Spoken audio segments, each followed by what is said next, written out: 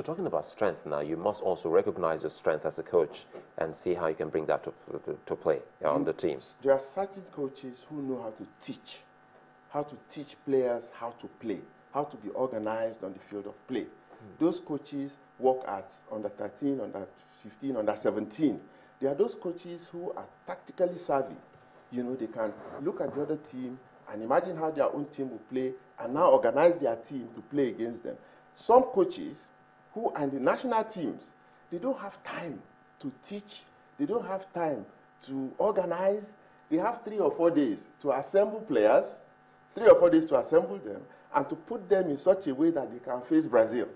That's what national team coaches do.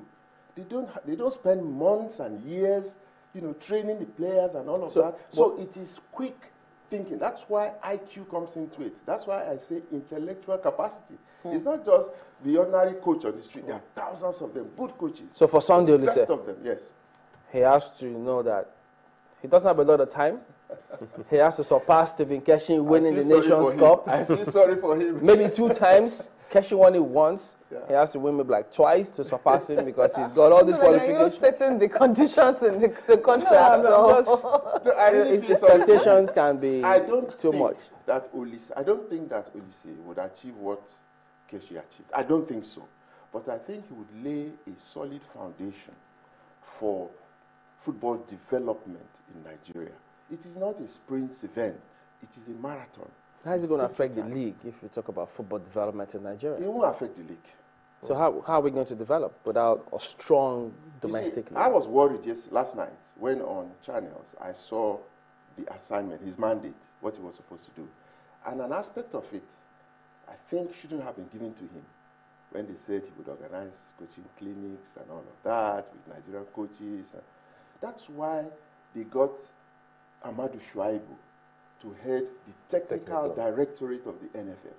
He is supposed to set up that department to handle clinics and seminars and develop a football philosophy for Nigeria. That's his mandate. Now you are getting Sunday Olise, whose mandate clearly should be to handle the national team, look around the country for the best players and in Europe and so on, and make sure that you can start to plan for the matches he has to play so that his success will be measured in terms of whether he wins or loses games. It's limited to that. But now you have created this conflict area. Amadou Shuaibu and Sunday Olise is bound to clash. And once you start to have expectations beyond the national team winning, then you are putting Sunday Olise into deep trouble. Another thing that I saw that I didn't like so much is that aspect of a foreign technical assistant for Sunday Olise. I didn't like that one bit. Now, just before we go into that bit, you know, I think I'll let you speak a little more on it. You're obviously happy with the choice of Sunday Olise. Fantastic. He's the only one. He's the only one. It's the only one. And well, as I said before, I sincerely hope. I sincerely hope that it's not deja vu. You know, like we've seen this before. I remember the excitement that trailed the appointment of the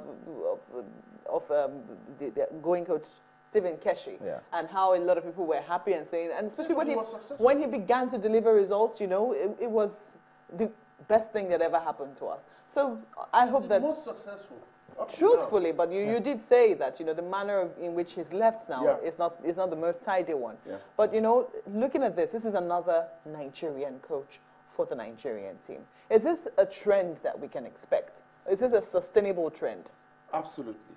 After Stephen Keshi, no Nigerian should be talking of importing a foreign technical advisor to this country anymore. So you would, any level. You would stand against that very strongly? Oh, I'll be the first to protest, because we have Nigerians who have all the qualifications in terms of their playing careers. They played at home, they played abroad, they played at the highest level, they've gone to the World Cup, they've gone to all the major coaching programs, they have all the experiences you need. We have them now.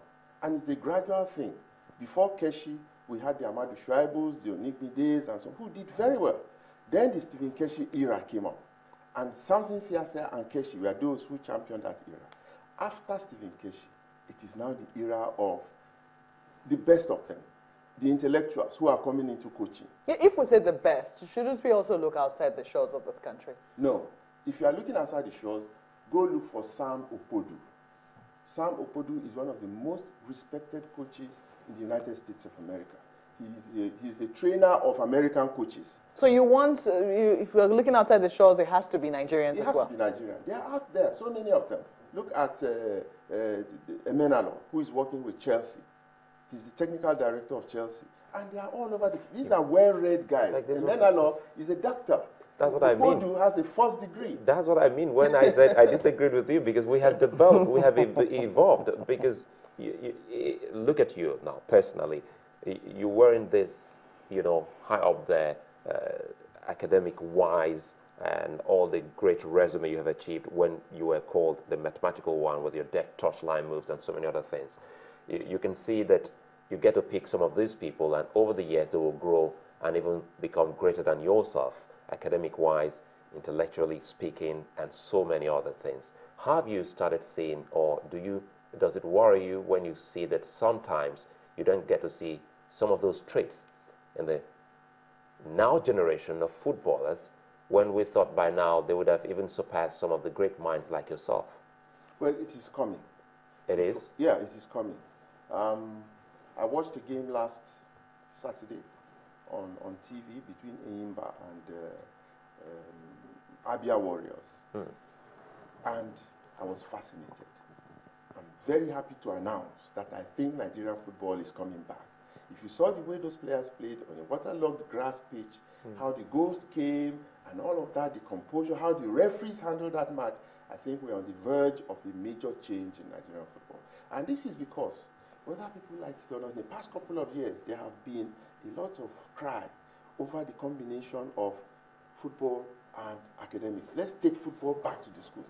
So talk to a lot of and that's what you've been now. advocating for a long time now. Yeah, yeah. And that's what Channels is championing. You're helping us with the now Kids at Cup. Yeah, with the Kids Cup. It's fantastic. So quickly then, what then is your the issue with the assistant foreign coach? Because we have Nigerians who more than qualify.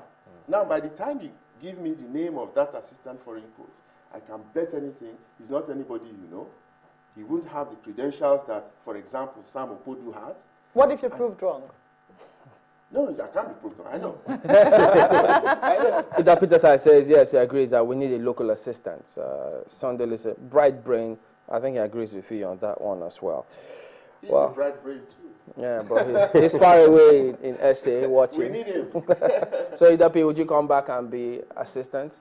Maybe NFF should also talk to your agent. Well, thank you for coming on this morning. As always, a pleasure to have you.